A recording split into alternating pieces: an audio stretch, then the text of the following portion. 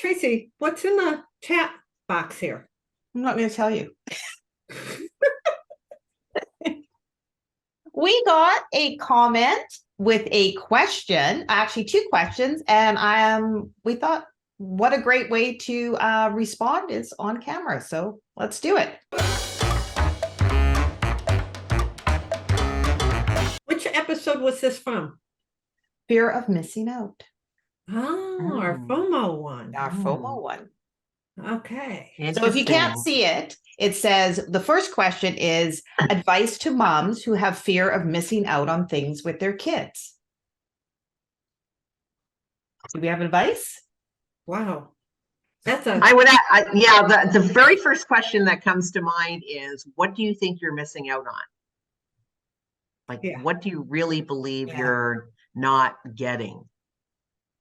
And not just the activity, but what is it connection? Is it like there's something underneath that is, generating that question, right? So what is it that you actually think that you're missing out on? And I would write it out. As everybody knows, we're, big journalers here. So I would actually write it out or speak it in a voice note on your phone. Just talk it through out loud, because there is more power in that from an understanding perspective, and really decide what it is that you think that you're missing out on.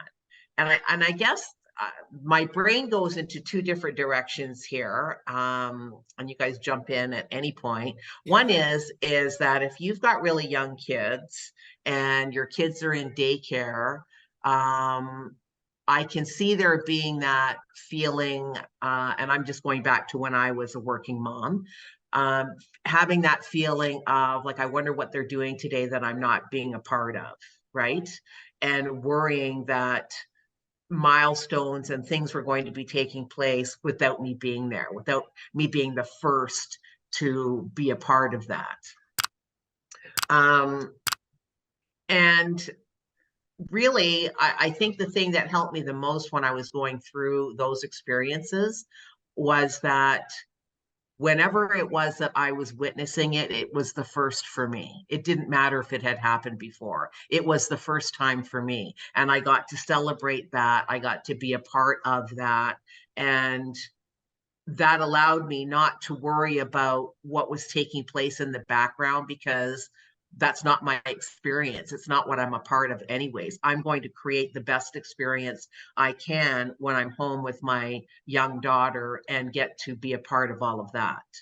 And I fully believe that there wasn't anything going on with her in daycare that I was not going to experience at home anyways.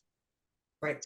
And if it's older kids, my brain goes into the older kid thing. And I think we can be a part of their lives and a part of their experiences without having to be in that experience, simply by sharing, talking, using the dinner hour to sit down and actually talk about your day, talk about what's going on in your lives, asking questions, having that kind of a dynamic conversation with your kids. You can still be a part of their lives without having to be a part of their lives, if that makes any sense at all. It does. And I think when you're saying this, it's funny. The fear of missing out on things with the kids. When I was married, it was a blended family. Okay. And that's very difficult also. And my boys were always off in either basketball or baseball or different functions, or at their dad's or whatever, because of sheer custody. And then his daughters were kind of the same thing, different things. They were older in life, but that's not. But what we ended up doing was we set Sundays at 5:00 was dinner at our house for the whole family. So it was always on a Sunday. It was always at 5:00. And it was sometimes it was a very large, because, the kids would ask for, but we would end up having conversations. There weren't phones at the table. There wasn't a TV in the dining room. There wasn't if there was a sports game, then we pushed it a little later, but we would do something within that time frame so we could catch up and have conversation. Mm. So, and then like you said before, Tracy, if they're younger, I remember reading somewheres there was a woman whose daughter really wanted her to spend time with her, but she had a huge function to go to. She was all dressed up, but her daughter really wanted her to play with her. And most children's expansion is only 15 to 20 minutes. And she stopped for that 15 minutes and spent that time with her daughter and then explained I needed to leave. And she went on. So the fear of missing out is, I think, what we put in our brain, the fear we're missing out on, but we can build a connection with them in another way. Yeah. Again, it's like, it's asking that question, am I really missing out on something, or is this a nagging feeling that I have that's just kind of hanging over me? And it's not really justified because we have a story going on in our brains about what that looks like. Yep. You're on mute, Tracy G.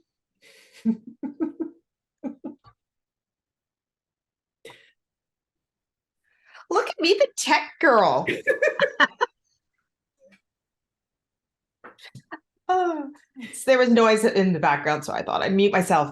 I was going to say that, is it fear of missing out, or is it feeling that you think your children are missing out on their parent not being there?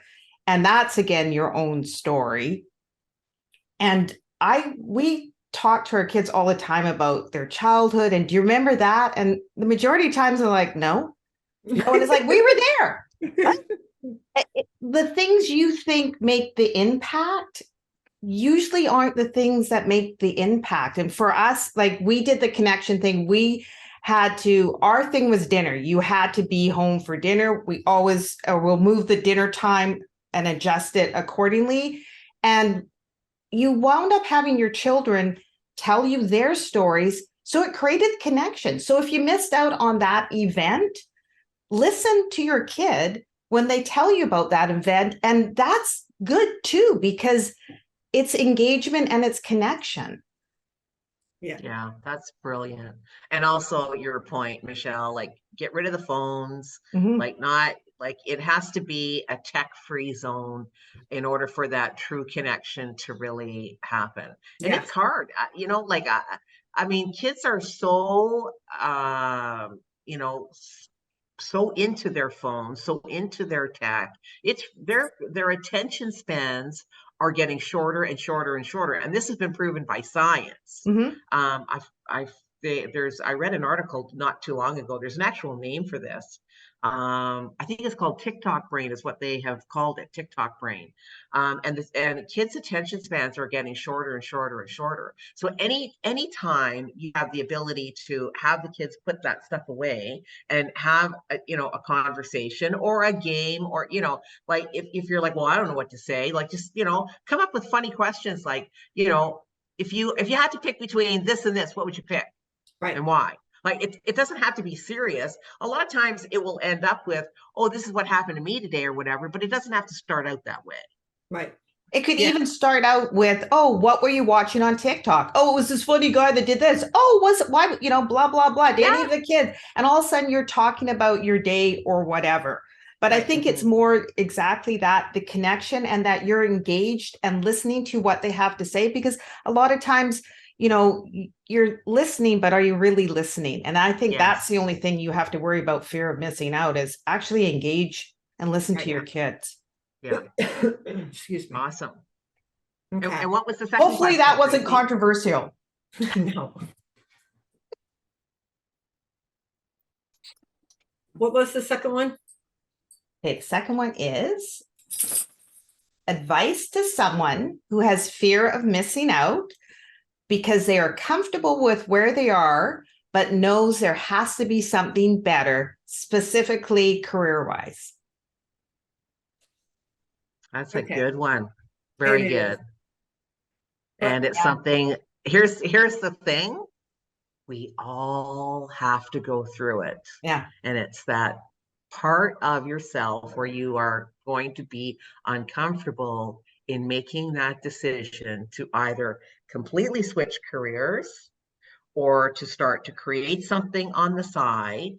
And the time demands that that will also incorporate for yourself. But the question you need to ask yourself is, if I don't do something different, because from that comment, it sounds like they're comfortable, but they're not really happy with what's Right. happening there. Yeah. Then what is going to be the consequence of doing the same thing for the next year, 2 years, 3 years? Because what happens is that this doesn't just stay in this little compartment of, oh, I'm not happy with my career. That starts to leak out into all other areas of your life. All of a sudden, it's affecting relationships. It's affecting the relationship you have with yourself, first and foremost. It then starts to affect relationships with other people. So it's really important that you ask yourself that question. What is the price I'm going to pay if I do not make any changes in my life now, or a year from now, or 3 years from now? Yes, because comfort is your enemy. Yeah. Like comfort is your enemy, especially in Well said. situation. Yeah, excellent. That's like, that word is what, I'm sorry, somebody's being very Naughty. That word really stuck out to me. It's because they're comfortable. Yeah. There is the underlying factor right there. And again, as we talked about in the previous question, it comes down to pen to paper. Like, why am I comfortable where I am? And I would ask yourself, why am I comfortable here? What's the comfort within this? And maybe it's okay to be comfortable today because it's paying the bills, it has a good health, it has this. And if that is the reason you're comfortable with your career, but you want something different, then as we talked about in previous episodes about vision statements, what's your vision for the future so you can start planning to be uncomfortable to move forward? Like, there could be a reason why you have to be in your career right now, and that's not wrong. That's not wrong. But you have to understand what you want and where you want it to go. And the only way to do that is pen to paper and start understanding it. Because it takes energy. It takes a lot of work to get out of your comfort zone and to take those actions. And, no, that's what stops the majority of us, because we know it's going to be hard work. Right. Yeah. And your brain will lie to you every single time. It's going to want to keep you from doing anything new, because it goes, whoa, I don't know how to handle this. So we're going to stay back where we're safe and comfortable and do all the things that I already know how to do, because again, I don't have to put out any energy for that. I know what the flow is. So if you're comfortable in your career, or you need this career today, okay, but start asking your question of, where do I want to be in 1 year from now? Do I want another career? Do I want live in another state? Do I want to, whatever it is you want, and what is a step that you can take right now to get towards it and start feeling that uncomfortableness? Because it's not like in a year, let's just say I'm I don't know, whatever, what I did before in the past. I used to sell towing supplies to tow truck drivers. So I was in sales, okay? And in a year, I want to write a book. Well, I can't in a year just walk away from my job and start writing a book one day and not know, like, have nothing, understand nothing about it.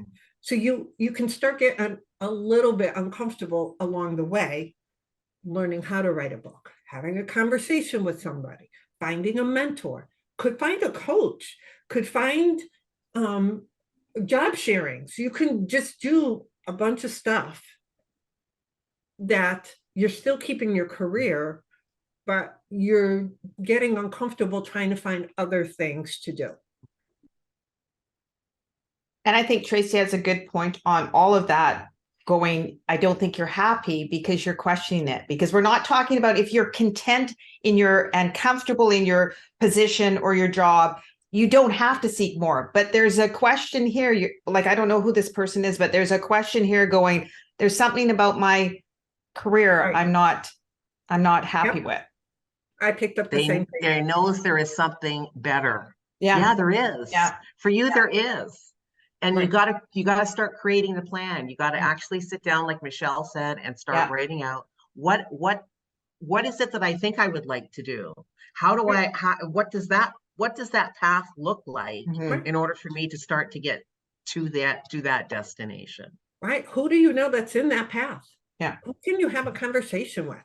A simple Mhm. conversation. You might want to be I don't know, whatever it is, and have a conversation with somebody that's in that field. And when they have that conversation, it can inspire you or set you on the track of like, oh God, no, that's not, it's nothing what I thought of. And it's just Hey. important to, it's just important to know what you don't want as much Yes. as it is to know what you do want. And sometimes that's how we get that clarity, is by going, well, I know I don't want that, and I know I don't want that, Yes. and then working your way into what it is you do want. I love that word, clarity. That's what pen to paper will get you clarity when you start doing that thing. And Tracy E, you said that in both places. Yeah. What are you writing down? What do you think you're missing out on? And then what is it that you want? And I'm gonna say Tracy's point again, where if you're thinking about this now, it's going to creep. It's not going away in 2 years. That feeling will not have gone away. That's our experience. We know if you're thinking about it now, so I'd address it. However you choose to address it, but I would address it. I wouldn't let it go into the background. Oh my God, Tracy G. Yes, because I think all three of us could tell a story to that. Yeah. Oh, all day long. Yes, and not just one. You can do a couple each. So I hope you found that helpful. This is how we've answered these questions, because we know if one person asks these questions, there's going to be other people that want to, that probably had the same thought process on that. So we hope that you found this helpful, and please comment below. And remember, hit subscribe, share this, even though if you didn't see our fear of missing out episode, or go back and watch it. But if you think someone else would also benefit from these two questions, please share our episode with them, and make sure you hit notifications so you can get our new episodes every Wednesday. Until then, have a good day. Thanks for watching, and we hope to see you as a regular member of our community.